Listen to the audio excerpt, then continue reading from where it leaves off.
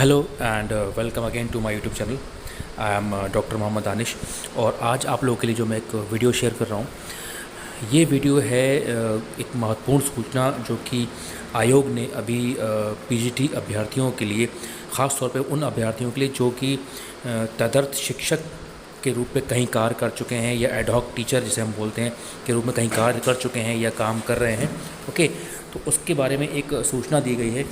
सूचना ये है कि जब फॉर्म भरा गया था तो कुछ बच्चे जो कि एडहॉक टीचर की तरह कहीं पढ़ा चुके हैं या पढ़ा रहे हैं, तो उसमें फॉर्म भरने में एक ऑप्शन होता है तदर्थ शिक्षक का। ठीक है, तो वो आपको फिल करना होता है और उसके साथ साथ उसमें अपनी सैलरी डिटेल्स जो हैं वो डालनी होती हैं। ओके, तो अब होता क्या है कि बहुत सारे बच्चे एडहॉक की तरह पढ़ा रहे हैं लेकिन उसमें उन्हें सैलरी नहीं मिल पा रही है या नहीं मिली है किसी वजह से, तो उन्होंने वहाँ पर अपने आप को एक फ़्रेश कैंडिडेट की तरह शो किया। राइट, तो अब जैसा कि एक केस दायर किया गया, इसके ऊपर एक याचिका दायर की गई और उसमें माननीय न्यायालय से एक फ़ैसला आया जो कि बच्चों के हक़ में था। तो उसमें उन बच्चों को दोबारा से अपने फॉर्म में एडिट करने का मौका दिया है और सिर्फ उसी ऑप्शन को एडिट करने का मौका दिया है जहां पर उन्हें एडहॉक टीचर के बारे में डिटेल भरनी थी। ओके, तो आप अगर उस कंडीशन में आते हैं या आपका कोई भी फ्रेंड जो कि इस कंडीशन में आता है, तो आप ये बात उसको शेयर कर सकते हैं।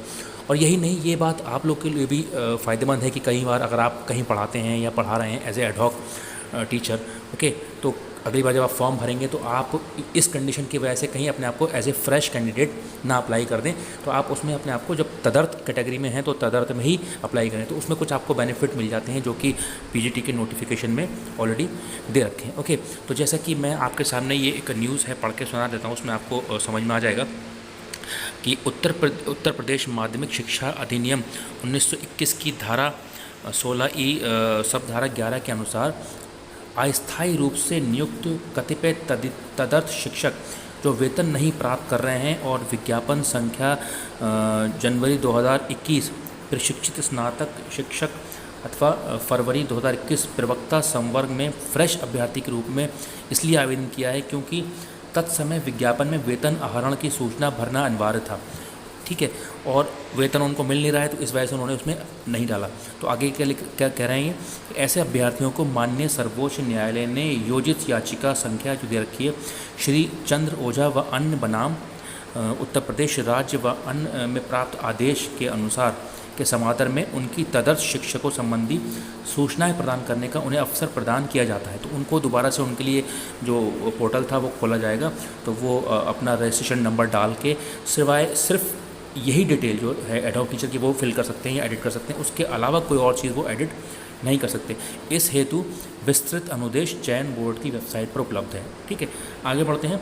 ऐसे अभ्यर्थी दिनांक 11 सितंबर 2021 से लेकर दिनांक 15 सितंबर 2021 के मध्य पूर्व में किए गए पंजीकरण संख्या के सापेक्ष अपने आवेदन में तदर्थ शिक्षक होने की सूचना दे सकते हैं। जैसे कि उन्होंने अपने आप को फ्रेश कैंडिडेट दिखाया था तो वो उसमें अपने आप को एडहॉक टीचर दिखाएंगे।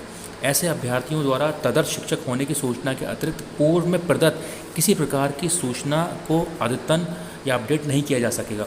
यही मैंने बताया कि उसमें सिर्फ वो ये ऐड कर सकते हैं कि वो एडहॉक टीचर हैं या एडहॉक पढ़ा चुके हैं या पढ़ा रहे हैं या उनकी सैलरी स्ट्रक्चर क्या है, इसके अलावा कोई और डिटेल वो उसमें अपडेट नहीं कर सकते, वो ऑप्शन ही नहीं ब्लिंक होगा। ओके, उक्त के अतिरिक्त अन्य किसी अभ्यर्थी अर्थात पूर्व में आयोजित फ्रेश अथवा तदर्थ अभ्यर्थी द्वारा अपने आवेदन में किसी प्रकार का संशोधन अथवा अपडेशन नहीं किया जा सकता। यानी कि ये पोर्टल जो है सिर्फ उन्हीं बच्चों के लिए खुलेगा, ऐसा नहीं कि जो कुछ और लोग जो है उसमें जाके अपने आप को एडिट कर सकें और फिर एक अफवाह फैलाएं कि भाई पोर्टल खुल गया है या उसमें अपडेट कर दें। तो इस तरीके की किसी भी बात पे आप ध्यान मत दीजिएगा, क्योंकि ये सिर्फ फैसिलिटी उन्हीं को दी जा रही है जो कि तदर्थ शिक्षक होते हुए भी इन्होंने अपने आप को फ्रेश कैंडिडेट अप्लाई किया था। क्यों? क्योंकि सैलरी डिटेल भरनी थी और सैलरी उनको नहीं मिल पाती, तो ये सर्वोच्च न्यायालय ने उनको ये मौका दिया है। ठीक है, उपरोक्त अनुसार सूचना प्रदान करने की अंतिम तिथि जो है 15 सितंबर है।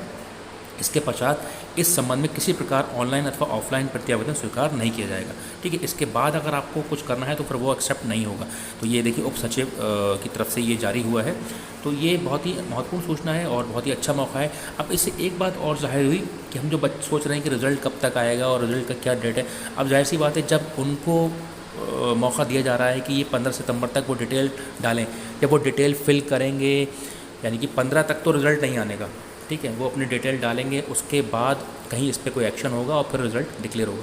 तो ये तो एक इशारा मिल गया हम सबको कि भाई हाँ 15 तक आप आराम से बैठिए, इसके बाद ही कहीं आपको मौका मिलेगा इंटरव्यू का। ओके, तो ये मैंने जानकारी आपके सामने शेयर की। ये एक ऑफिशियल जो कि सूचना आई थी, ये आप देख भी सकते हैं विज्ञप्ति के तौर पे उत्तर प्रदेश माध्यमिक शिक्षा सेवा चयन बोर्ड प्रयागराज की तरफ से 11 सितंबर को ये जारी हुई। ओके, तो आज के लिए इतना ही। अगर आपके ये काम की न्यूज़ है तो इसे ज़रूर देखिए, वीडियो को शेयर करिए, लाइक करिए और मेरे चैनल को सब्सक्राइब करिए दानिश करियर काउंसलिंग, और अपने कलीग और फ्रेंड्स के साथ इस चीज़ को शेयर करिए। और आगे के लिए भी आपको ये एक आगाह हो जाएगा कि हाँ अगर आप किसी एडहॉक की तरह पढ़ा रहे हैं तो आप फ्रेश कैंडिडेट में उसमें अप्लाई आप मत करिएगा, चाहे सैलरी मिले या ना मिले, आप अपने आप को उसमें तदर्थ, क्योंकि तदर्थ में कुछ एज का भी आपको छूट मिलती है, कुछ हो सकता है कुछ उसमें बेनिफिट मिले आपको, तो इस बात का आप ध्यान रखिएगा। तो आज के लिए इतना ही। Thank you very much for watching the today's video. Thank you.